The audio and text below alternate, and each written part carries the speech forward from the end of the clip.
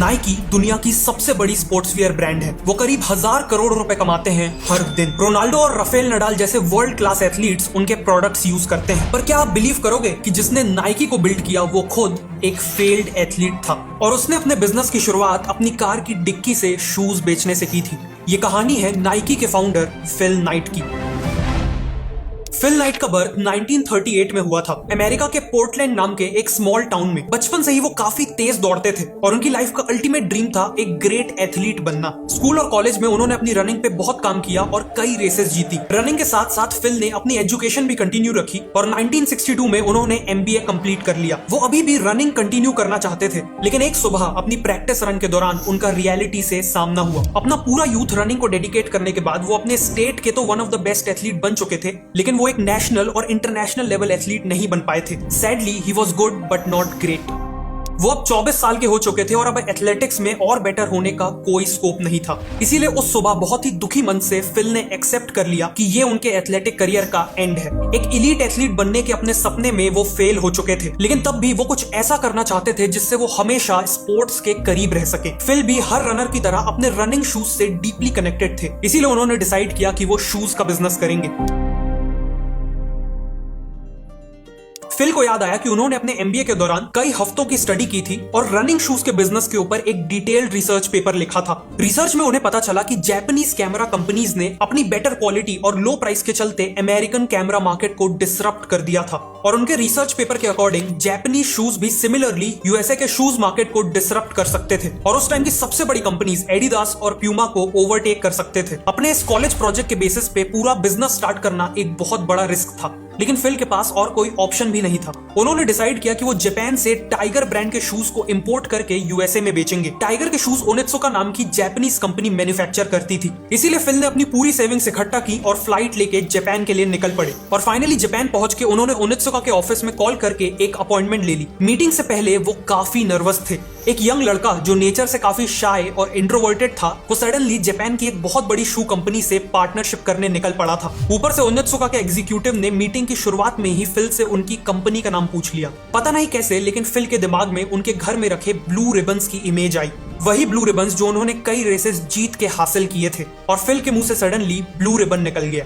उन्होंने कहा कि वो ब्लू रिबन स्पोर्ट्स नाम की कंपनी को रिप्रेजेंट करते हैं। उस समय ऐसी कोई कंपनी एग्जिस्ट ही नहीं करती थी, लेकिन ओनित्सुका के एग्जीक्यूटिव्स इस नाम को सुनकर खुश थे। मीटिंग आगे बढ़ी और फिल ने अपने कॉलेज प्रोजेक्ट को लाइन बाय लाइन रिपीट कर दिया। एंड में ओनित्सुका एम्प्लॉइज इतने इंप्रेस हुए कि उन्होंने खुद फिल से कहा कि वो चाहते हैं कि उनकी कंपनी ब्लू रिबन अमेरिका में टाइगर के शूज बेचे। It was a deal. Phil ने उन्हें अपना एड्रेस दिया और उन्हें टाइगर के कुछ ट्रेनिंग शूज के सैंपल्स भेजने को कहा। फिल की खुशी का ठिकाना नहीं था। उन्होंने ओनित्सुका को शू सैंपल्स के पैसे ट्रांसफर किए और अमेरिका लौट के सैंपल्स का इंतजार करने लगे, लेकिन पूरे 4 महीने बीत गए और कोई शूज नहीं आए। फिल के लेटर के जवाब में ओनित्सुका ने कहा कि शूज जल्द ही आ जाएंगे, लेकिन रियलिटी में ऐसा हुआ नहीं। फिल ने अभी भी होप नहीं छोड़ी थी, लेकिन शूज के आने तक उन्हें सर्वाइव करने के लिए एक जॉब चाहिए थी। इसीलिए उन्होंने एक छोटी सी फर्म में अकाउंटेंट की जॉब ले ली। ओनित्सुका से मीटिंग को अब ऑलमोस्ट 1 साल हो चुके थे और फिल ने ऑलमोस्ट होप खो दी थी कि तभी कस्टम से एक नोटिस आया। जापान से टाइगर के 12 शूज आ चुके थे। फिल ने शूज को कलेक्ट करने के बाद उन्हें बिना रुके अनबॉक्स किया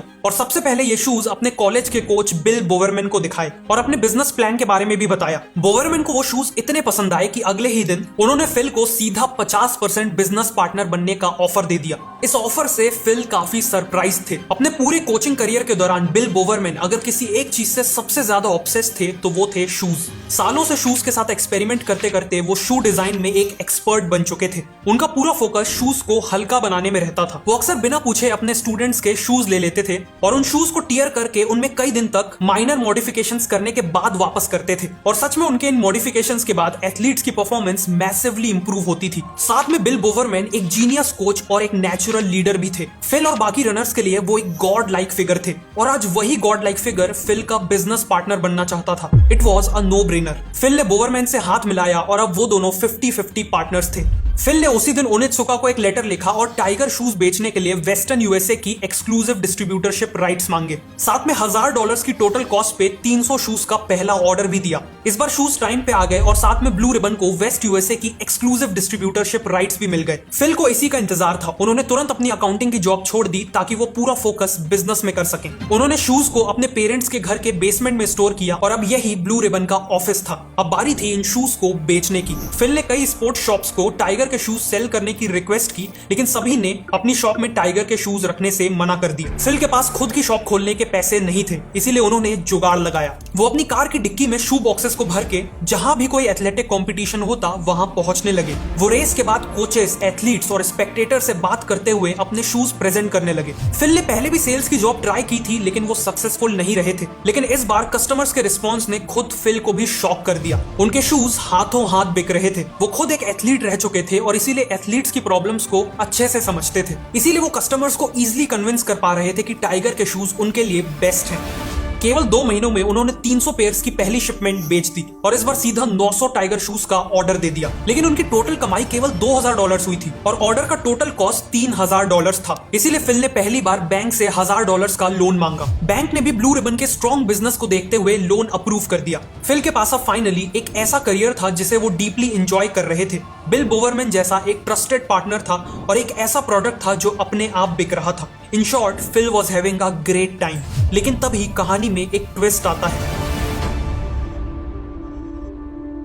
फिल के नाम पे एक लेटर आया। ये लेटर एक रेसलिंग कोच ने लिखा था। ये कोच क्लेम कर रहा था कि वो रिसेंटली जापान में ओनित्सुका से मीटिंग करके लौटा है और ओनित्सुका ने उसे टाइगर शूज के लिए पूरे अमेरिका की एक्सक्लूसिव डिस्ट्रीब्यूटरशिप राइट्स दे दी हैं। उस कोच ने फिल को इमीडिएटली टाइगर शूज का बिजनेस बंद करने का ऑर्डर दिया। फिल के बिजनेस को केवल 2 महीने ही हुए थे कि अब वो बंद होने की कगार पे आ चुका था। उन्होंने तुरंत ओनित्सुका को क्लैरिफिकेशन मांगते हुए एक लेटर लिखा, लेकिन उनका कोई रिस्पॉन्स नहीं आया। इसीलिए फिल ने डिसाइड किया कि वो जापान जाएंगे और ओनित्सुका को कन्फ्रंट करेंगे। फिल ने अपनी मीटिंग के दौरान साफ किया कि कैसे उनके साथ गलत हुआ है। उन्होंने अपनी स्ट्रॉन्ग सेल्स का आर्गुमेंट दिया और फ्यूचर प्लान्स भी समझाए। अगले दिन उनकी मीटिंग सीधा कंपनी के ओनर मिस्टर ओनित्सुका से हुई और फिल से मिलते ही ना जाने कैसे, लेकिन उन्हें फिल पे ट्रस्ट हो गया। मिस्टर ओनित्सुका ने कहा कि फिल का पैशन उन्हें उनके यंग डेज की याद दिलाता है और इसी के साथ उन्होंने फिल को वापस वेस्टर्न यूएसए की डिस्ट्रीब्यूटरशिप दे दी। फिल वॉज रिलीव्ड, लेकिन प्रॉब्लम्स अभी खत्म नहीं हुई थी। बिजनेस का पहला साल कंप्लीट होने के बाद ब्लू रिबन ने $8000 की सेल्स की थी और उन्होंने दूसरी सिटी में एक्सपेंड करने के लिए जेफ जॉनसन नाम का एक सेल्समैन भी हायर कर लिया था। जेफ की खासियत यह थी कि वो भी फिल की तरह एक एथलीट रह चुका था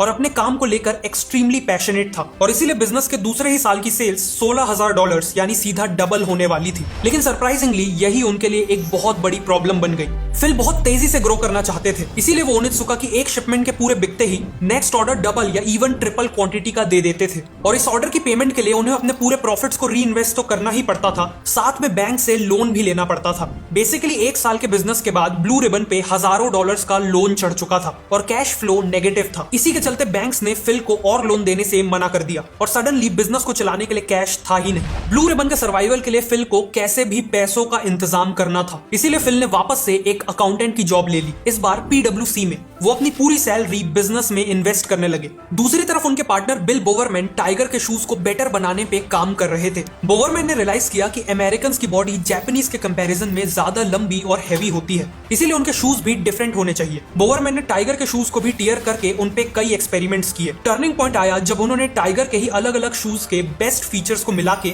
अमेरिकन्स के लिए एक अल्टीमेट डिस्टेंस ट्रेनिंग शू डिजाइन किया। उन्होंने शूज का नाम कॉर्टेज रखा। ओनित्सुका ने कॉर्टेज की मैन्युफैक्चरिंग स्टार्ट की और ये शूज अमेरिकन मार्केट में आते ही सुपर सक्सेसफुल हो गए। फिल के मैनेजमेंट और बोवरमैन के शू डिजाइन्स के चलते अगले 5 सालों में पूरे अमेरिका में tiger shoes one of the top shoe brand बन चुके थे। 1971 तक सेल्स 1.3 मिलियन टच कर चुकी थी और बिजनेस हर साल डबल हो रहा था और इसी के साथ फिल ने अपनी जॉब क्विट करके ब्लू रिबन को फुल टाइम ज्वाइन कर लिया। सब कुछ बिल्कुल परफेक्टली चल रहा था कि तभी जापान से एक बहुत बड़ा झटका आता है। ब्लू रिबन की सक्सेस को देख के ओनित्सुका के अंदर लालच आ गया। वो अब टाइगर के शूज से होने वाली पूरी कमाई खुद रखना चाहते थे और इसीलिए उन्होंने फिल को एक अल्टीमेटम दे दिया। अगर फिल ने ब्लू रिबन का 51% स्टेक ओनित्सुका को नहीं बेचा तो वो किसी और को अमेरिका की डिस्ट्रीब्यूटरशिप दे देंगे। फिल काफी शॉक्ड और हर्ट फील कर रहे थे। ये उनके साथ एक बहुत बड़ा धोखा था। ब्लू रिबन को खरीदने की बात करके ओनित्सुका ने सारी लिमिट्स क्रॉस कर दी थी और इसीलिए फिल ने अपनी लाइफ का सबसे बड़ा डिसीजन लिया।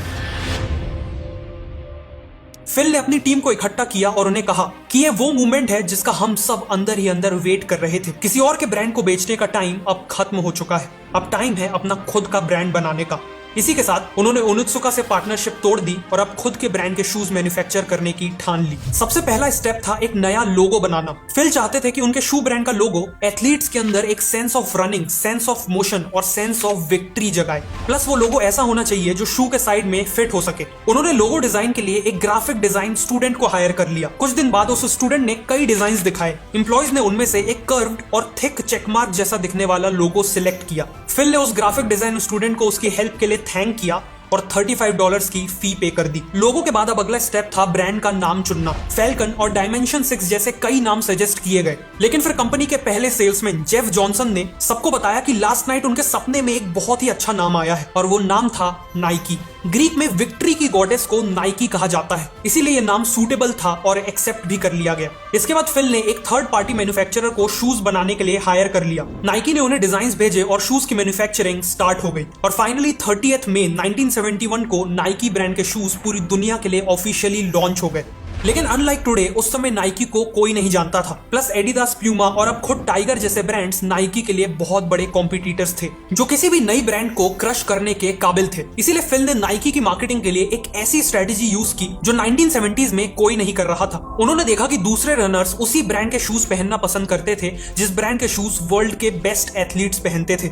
इसीलिए नाइकी ने उस समय के बेस्ट रनर स्टीव प्रीफोंटेन के साथ एनुअली $5000 की डील की नाइकी को प्रमोट करने के लिए। और इसी के साथ नाइकी सबसे पहली ब्रांड्स में से एक बन गई जिसने एथलेटिक्स ब्रांड एंडोर्समेंट्स को as a marketing strategy use किया। फिल की दूसरी स्ट्रेटेजी थी अपनी सेल्स टीम को स्ट्रेटेजिकली चुनना। नाइकी की सेल्स टीम में हमेशा ऐसे लोगों को हायर किया जाता था जो या तो खुद एथलीट्स रह चुके थे या फिर एथलेटिक्स के लिए बहुत पैशनेट थे। इससे होता यह था कि सेल्स टीम अपने कस्टमर्स जो मोस्टली एथलीट्स थे उनकी प्रॉब्लम्स और नीड्स को अच्छे से समझ पाते थे, जिससे अल्टीमेटली प्रोडक्ट डिजाइन, सेल्स और आफ्टर सेल्स सर्विस की क्वालिटी बहुत बढ़ जाती थी। इन दो स्ट्रेटेजीज के अलावा फिल ने अपना एक्सपीरियंस, पुराना कस्टमर बेस और बोवरमैन के शू डिजाइन्स का फायदा उठा के नाइकी को ग्रो किया। एज अ रिजल्ट 1980 तक नाइकी 2700 एम्प्लॉयज की टीम बन चुकी थी, $270 मिलियन की सेल्स टच कर ली थी और एडिडास को बीट करके यूएसए की सबसे बड़ी एथलेटिक शू कंपनी बन चुकी थी। फिल को फाइनली लगने लगा कि उन्होंने पूरे यूएसए की सबसे स्ट्रॉन्ग एथलेटिक्स ब्रांड बना ली है। लेकिन फिर एंट्री हुई एक ऐसी कंपनी की जिसने नाइकी को हिला के रख दिया